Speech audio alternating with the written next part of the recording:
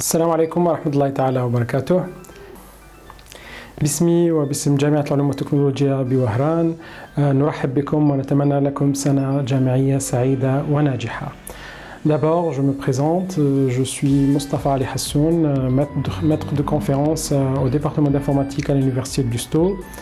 Je vais essayer de vous donner une brève conférence sur l'enseignement à distance qui est devenu une nécessité au vu des circonstances dans lesquelles nous vivons aujourd'hui.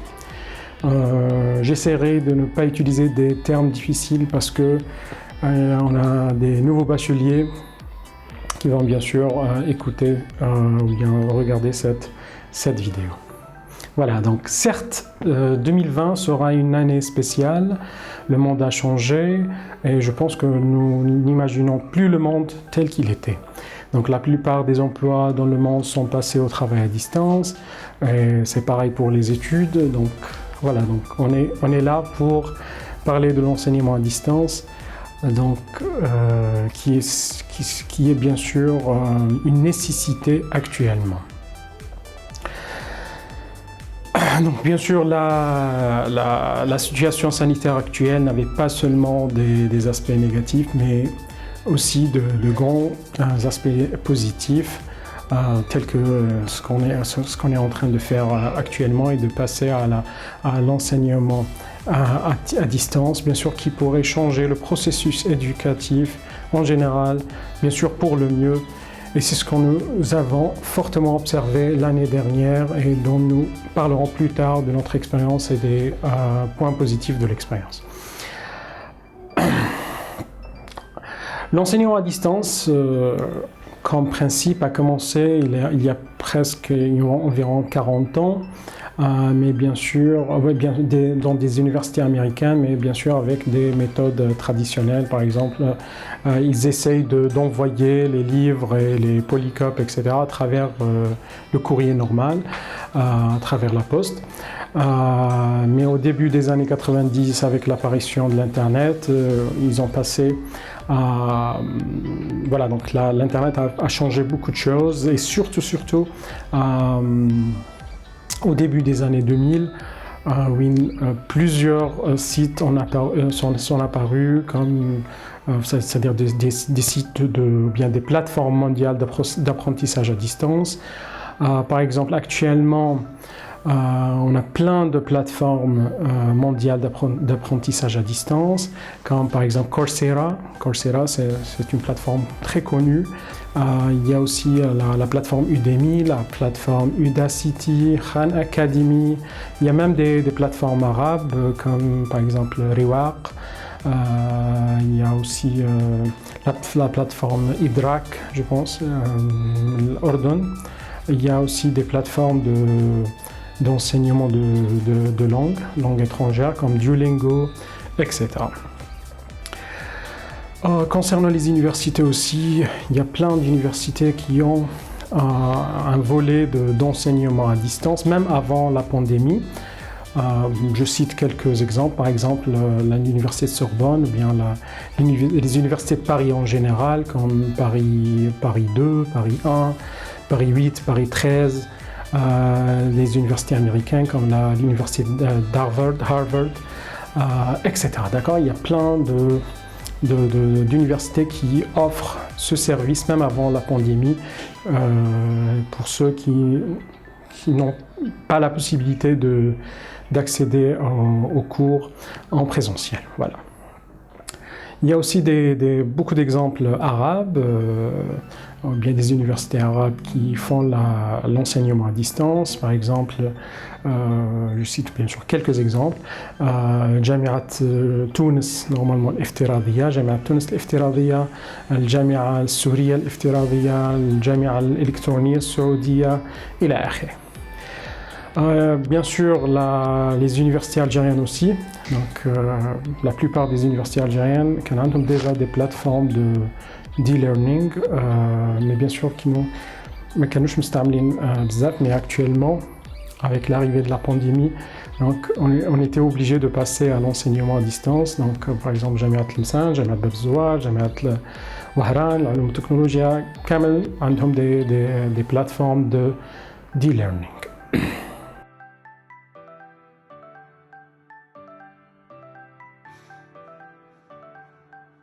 On a fait même l'année passée donc des statistiques des taux de réussite dans notre matière, la matière de réseau et communication. Donc on a fait une comparaison entre l'année dernière, 2020, de la pandémie, avec les 2 dernières années, 2018-2019. Donc voilà, donc, comme le montre le schéma suivant. Donc il y a une forte, ou bien une amélioration. Donc 2020 était beaucoup mieux que 2018 et 2020 quant au de réussite. D'accord. Donc généralement 2018-2019 on ne dépasse pas 30%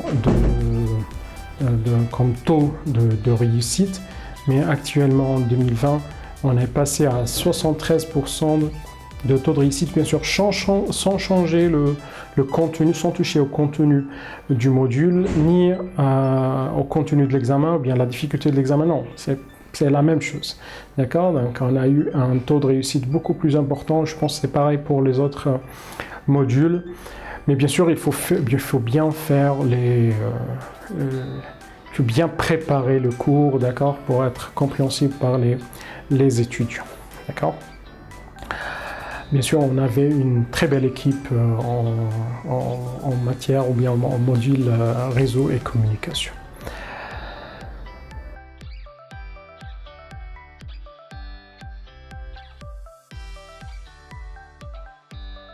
Donc, je pense qu'il faut faire beaucoup d'efforts à plusieurs niveaux. Donc, on a des efforts au niveau des étudiants, nous avons besoin des efforts au niveau des enseignants et des efforts au niveau de l'administration et du ministère. Donc, je vais citer quelques points concernant la responsabilité de chaque niveau. Donc, concernant le niveau des étudiants, bien la responsabilité des étudiants, voilà, donc beaucoup d'étudiants vont dire qu'on n'a pas une connexion Internet. Je pense que ce problème-là va être réglé, ou bien qui a été réglé l'année passée, en faisant un accord, je pense, avec le ministère de Télécommunications, qui a donné la gratuité de la connexion Internet, ou bien l'accès au site des universités. Donc je pense que ce n'est pas un problème. Même par exemple, ordinateur. Je pense, par exemple, avec la plateforme utilisée à Lusto, Model, on trouve une application Model mobile. Voilà, donc vous pouvez la télécharger et l'utiliser sans aucun problème. Moi, comme enseignant, j'utilise Model sur mobile. D'accord, j'utilise pas. L'année passée, j'utilise presque 80% de mon temps sur Model sur mobile et pas sur ordinateur. D'accord, je peux l'utiliser sur mon téléphone sans aucun problème. Autre chose, un point très important pour les étudiants, donc un conseil, il faut bien organiser votre temps. D'accord, parce que l'enseignement à distance, donc il faut bien préparer الزمن تاعكم الوقت تاعكم. D'accord, donc comme 2 mois, 3 mois, avec voilà combien de modules, combien d'heures par module, donc il faut bien organiser. Même vous pouvez utiliser des applications comme par exemple l'application Calendar téléphone, donc il y a l'organisation de temps, des tâches, des devoirs, etc. D'accord, donc ça, concernant la partie des étudiants. Concernant la partie des enseignants, c'est la tâche la plus importante dans le processus d'apprentissage à distance, parce que c'est à nous, les enseignants, de préparer et d'adapter le contenu de nos modules à l'apprentissage à distance. Donc, quel est le meilleur format à utiliser? Est-ce que les PDF sont suffisants? Est-ce qu'il ne faut pas enregistrer des vidéos? Est-ce qu'il est préférable de faire des vidéos enregistrées ou bien des vidéos en ligne? Donc, pour répondre à ces questions, notre belle équipe du module réseau a fait un petit sondage des étudiants concernant la méthode qui leur convient le plus. Donc, la première question, c'était: préférez-vous que le cours se fasse en présentiel ou bien via des vidéos enregistrées, à travers des réunions virtuelles ou à travers des documents PDF? Donc, vous voyez que la plupart à peu près 83 ou bien 84% des étudiants ont préféré d'utiliser des vidéos enregistrées. En deuxième lieu, c'était de faire en présentiel, les cours en présentiel. Voilà, donc 21% pour les documents PDF et 16% pour les réunions virtuelles, c'est-à-dire les réunions en ligne. Voilà, la deuxième question, quelle est la durée de la vidéo qui vous convient? Donc, la plupart des étudiants, presque 95%, ont préféré de faire des courtes vidéos de moins de 30 minutes. Voilà, donc il faut enregistrer des vidéos de moins de 30 minutes. Voilà. La troisième question concernant les TD, parce que la première question c'était concernant les cours. Maintenant, concernant les TD, donc la plupart ont préféré de faire les cours, ou bien les TD, en présentiel, sinon via des vidéos enregistrées. D'accord, à peu près la même chose, 60% pour les deux. Bon, les questions étaient à choix multiples. Donc voilà, donc la plupart préfèrent de faire les TD en présentiel si c'est possible, sinon via des vidéos enregistrées. Donc que 10% ont voté ou bien ont répondu à travers des réunions virtuelles. Pareil pour les TP, donc plus de 50% ont préféré que les TP se fassent via des vidéos enregistrées, bien sûr l'explication du TP, et de faire des séances en présentiel. Bien sûr avec des fiches à réaliser, et juste 12% ont préféré de faire des réunions virtuelles. Voilà, donc comme résumé, voilà, comme résultat, on peut dire qu'il faut, donc c'est à nous les enseignants d'adapter nos cours enregistrer des vidéos, mais bien sûr les vidéos ne doivent pas dépasser 30 minutes pour chaque partie de vidéo bien sûr, ou bien pour chaque partie du cours. Le deuxième point, les vidéos en ligne, peut-être il faut les faire mais de temps en temps, une fois par mois, etc. Troisième point, il faut faire des documents PDF parce que la plupart des étudiants, bien une bonne partie des étudiants n'ont pas un bon débit, donc il faut faire des documents PDF, des polycopies pour pouvoir lire le cours. Et bien sûr, il faut ajouter des TP en présentiel si c'est possible à la fin de semestre pour combler les lacunes.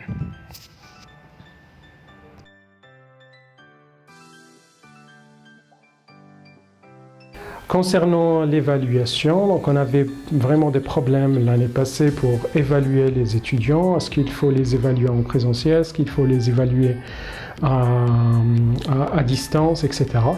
Je pense, à mon avis, puisque l'université ou bien le ministère nous a donné 2 à 3 semaines après l'enseignement à distance de faire les examens. Donc on ne va pas parler des examens, l'évaluation des examens, on va juste parler du contrôle continu.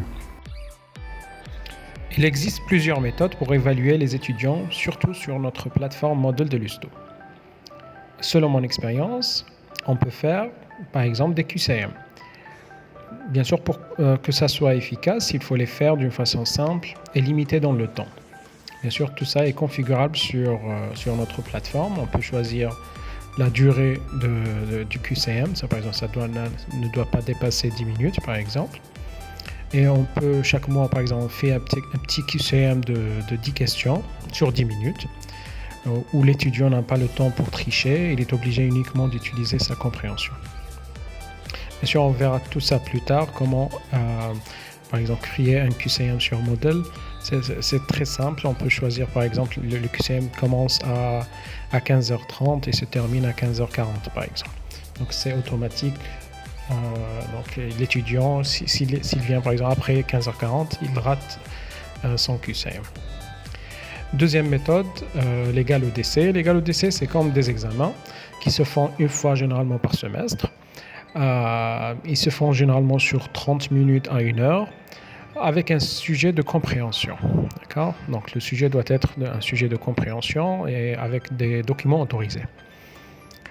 Bien sûr, tous les étudiants doivent passer l'examen en même temps.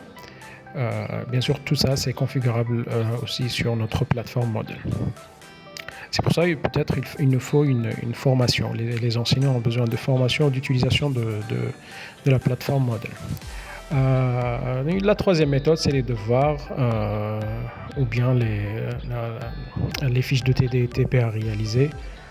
Ça aussi, c'est un autre moyen pour évaluer les étudiants, c'est-à-dire on envoie des fiches de TD ou de TP à préparer par les étudiants et on donne un délai d'une semaine pour envoyer la solution.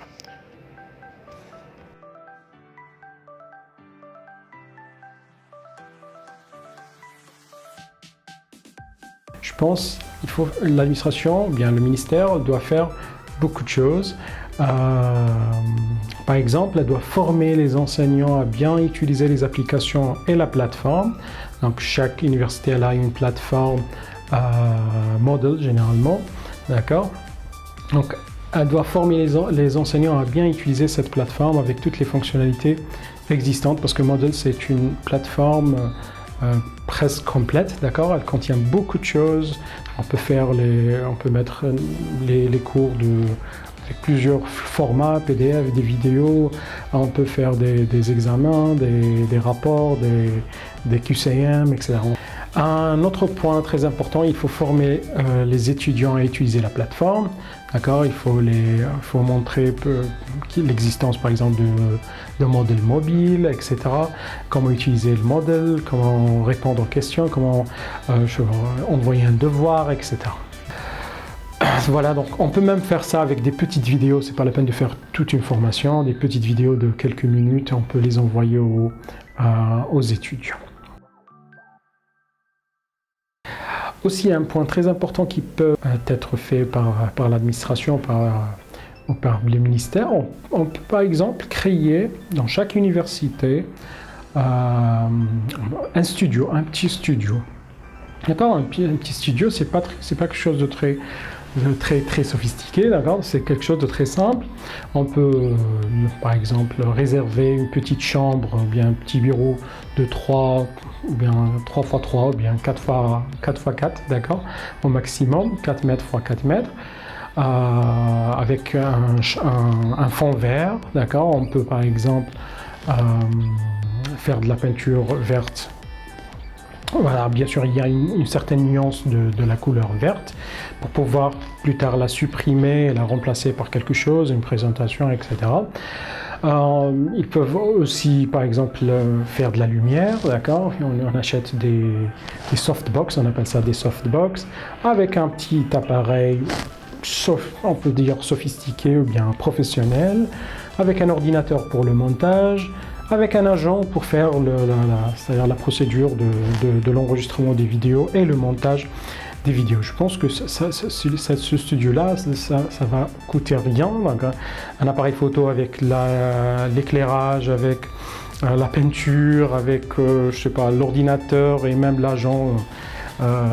L'agent, c'est un agent de montage, donc c'est pas grand-chose.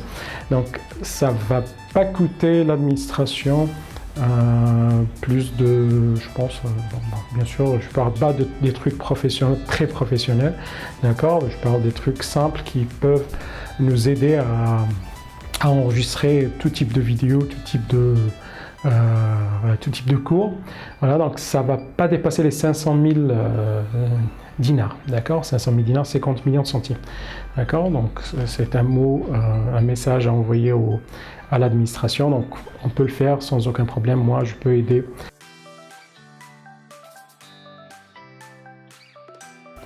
Maintenant on va parler un petit peu des outils utilisés. Qu'est-ce qu'on peut utiliser comme outil? Donc l'enseignant, qu'est-ce qu'il peut utiliser comme outil pour l'enseignement à distance?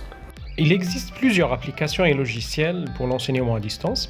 Je vais essayer de les classer en fonction de leur rôle. Je commence par la plateforme principale, qui est dans notre cas la plateforme Moodle. Donc c'est une plateforme open source utilisée par la plupart des universités dans le monde. C'est une plateforme très riche en termes de fonctionnalités de l'enseignement à distance.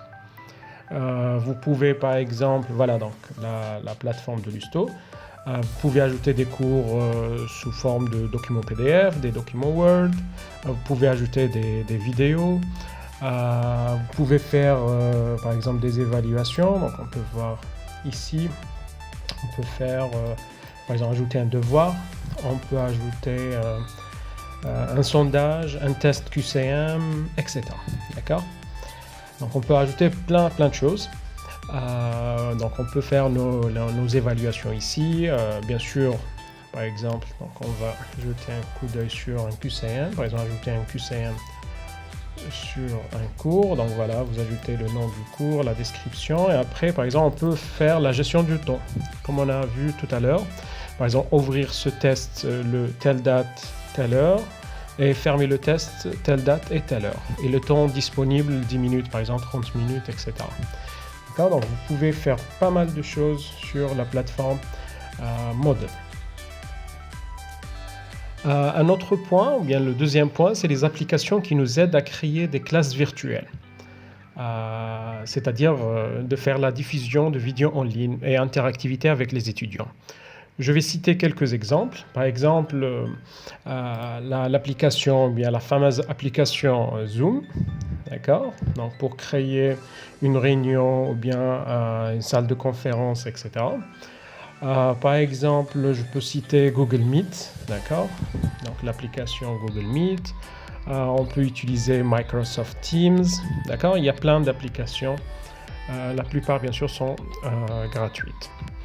Il y a aussi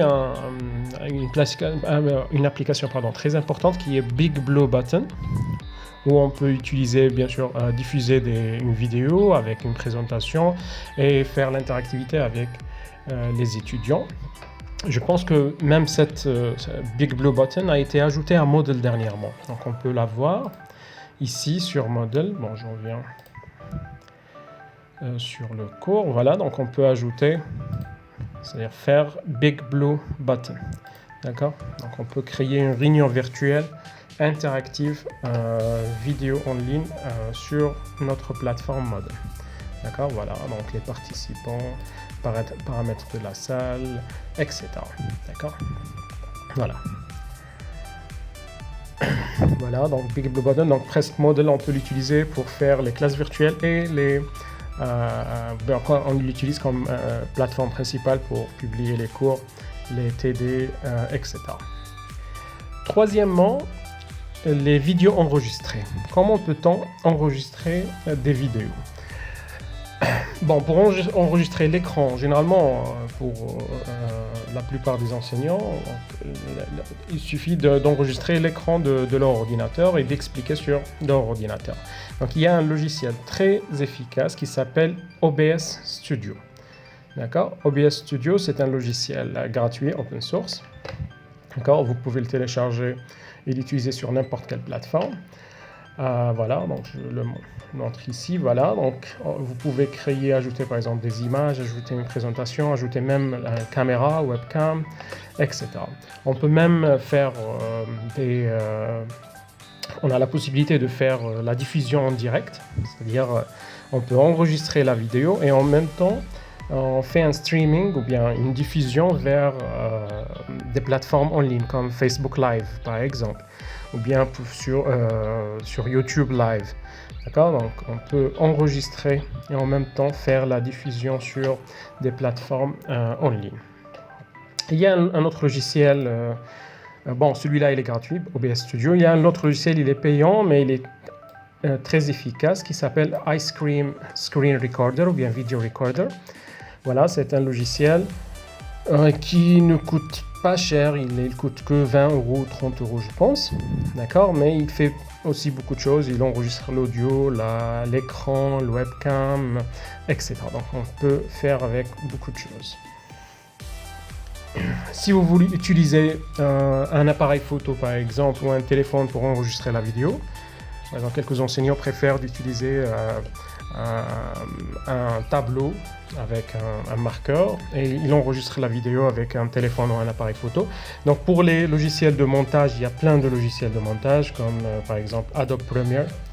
Celui-là, c'est un logiciel qui s'appelle Adobe Premiere pour le montage vidéo. Il existe Sony Vegas, etc. Même il existe des applications sur téléphone pour enregistrer ou bien pour faire le montage. Je pense à un logiciel qui s'appelle KineMaster. D'accord, vous pouvez le télécharger sur votre téléphone et faire des montages. Même, vous pouvez enlever par exemple l'arrière-plan et ajouter un autre arrière-plan. Vous pouvez ajouter la présentation, etc. En utilisant bien sûr que votre téléphone.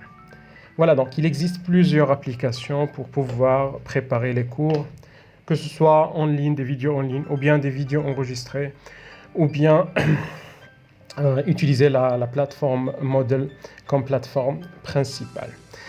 Bon, pour plus d'interactivité avec les étudiants, il existe des applications complémentaires pour faire par exemple des sondages en ligne, ou pour prendre l'avis des étudiants sur un point en ligne, ou pour répondre à une question, c'est-à-dire pour faire l'interactivité avec les étudiants. Il existe des applications de ce type. Je vais citer qu'un seul exemple qui est WookLab, d'accord? Celui-là, WookLab, d'accord? Vous pouvez faire l'interactivité avec les étudiants, d'accord? Voilà. Vous pouvez poser des questions, ils répondent sur place, vous voyez les statistiques, etc. sur place.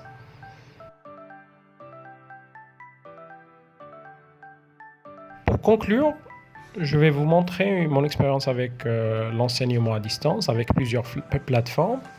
Je travaille dans l'enseignement à distance depuis plus de 5 ans. Je commence par l'expérience de notre université avec le module réseau l'année passée.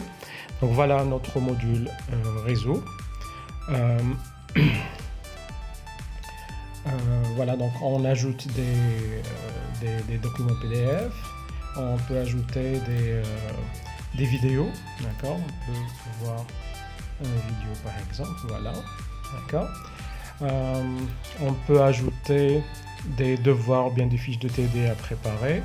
Donc voilà donc le cours de l'année passée. Donc on les a classés. Donc notre équipe a classé le module en chapitres. Bien sûr, on a essayé d'adapter le contenu pour être mieux compris par les étudiants. Voilà.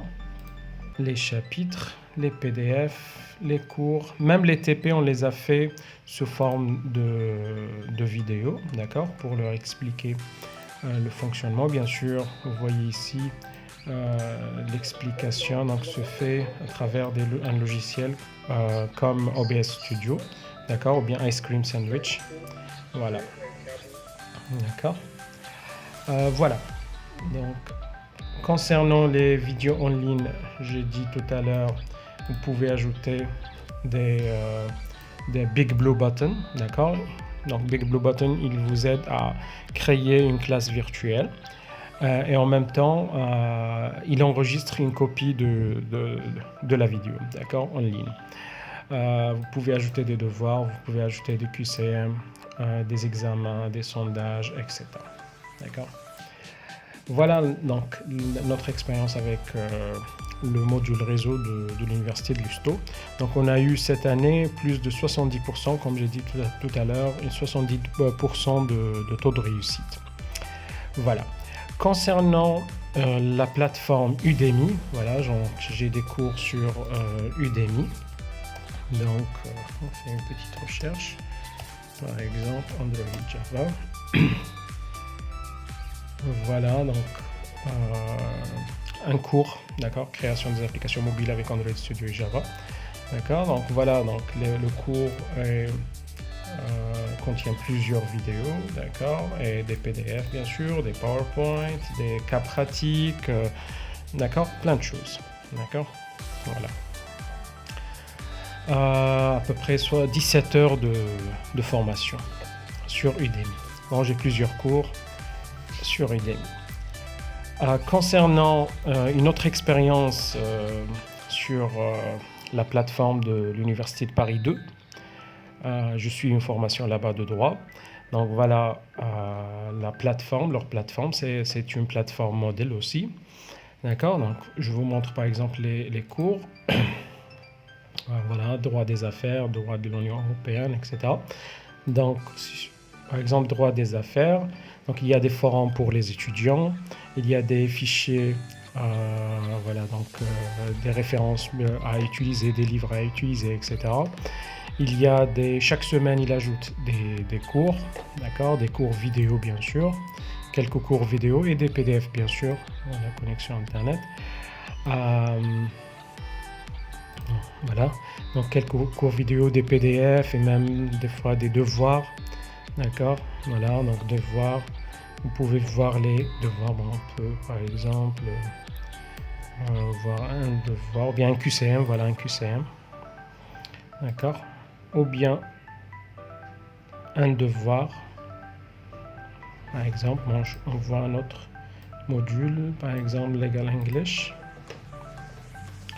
Voilà, c'est un autre module. Voilà, donc je vous montre un devoir. Voilà, donc ce devoir doit être remis avant le 20 décembre, par exemple. D'accord, il est limité dans le temps, donc avec une vidéo, des fichiers PDF, des fichiers Word et un QCM et des devoirs à préparer. Voilà. D'accord, bien sûr, mais l'essentiel, chaque cours, chaque semaine contient plusieurs vidéos pour chaque module. D'accord, Code droit du travail, par exemple, on a pour chaque semaine des vidéos à regarder, à suivre. D'accord. Voilà, source du droit de travail, par exemple.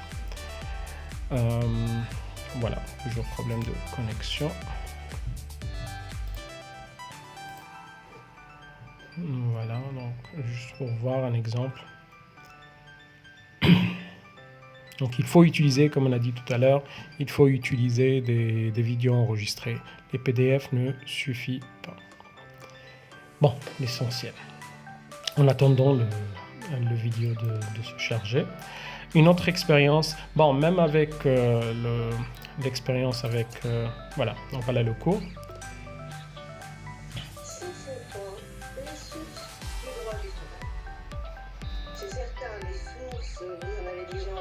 C'est une vidéo enregistrée par les profs de l'Université de Paris 2.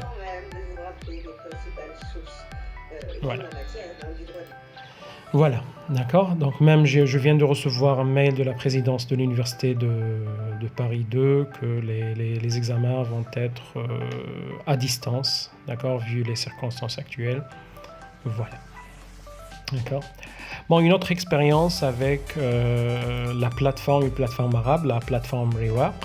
D'accord, la plateforme Rework, c'est une plateforme qui contient beaucoup de modules. Donc j'ai un module ou deux modules sur cette plateforme. D'accord. Voilà.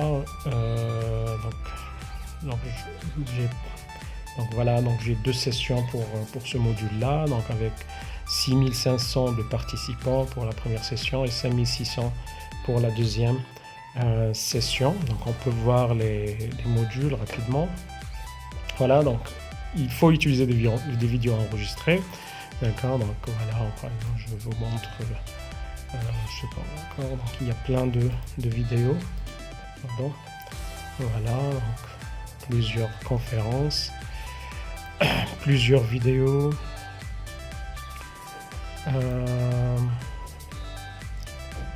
Désolé, la connexion internet. Bon, même des devoirs, d'accord, des QCM donc on peut les voir.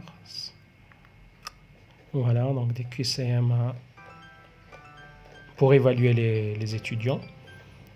Voilà. Une autre expérience avec, qui vient de commencer cette année avec la plateforme Huawei. Donc Huawei a signé un contrat ou bien un accord avec l'université de Lusto pour former une vingtaine, je pense, une vingtaine d'étudiants par année. D'accord. Voilà, donc on va le commencer cette année en principe pour former nos étudiants gratuitement sur les technologies Huawei. Donc voilà, donc il y a plein de choses. Donc il y a l'IA, donc l'intelligence artificielle, la cloud, routing, réseau, etc. D'accord, il y a plein de choses. Donc on jette un coup d'œil. Bon, celui-là, en principe, va commencer au début du mois de janvier ou bien début du mois de février, peut-être. D'accord. Donc on est en train de préparer la logistique. Voilà. D'accord. Donc voilà la plateforme de Huawei. D'accord, il y a des documents PDF et voilà, donc il y a des documents PDF, d'accord, training materials et des online courses, bien des cours vidéo, donc avec des vidéos enregistrées. Donc voilà l'expérience avec les différentes plateformes. Donc les Lusto, Udemy, la Sorbonne, bien Paris 2, Reward et la plateforme de Huawei. شكرا والسلام عليكم ورحمة الله تعالى وبركاته.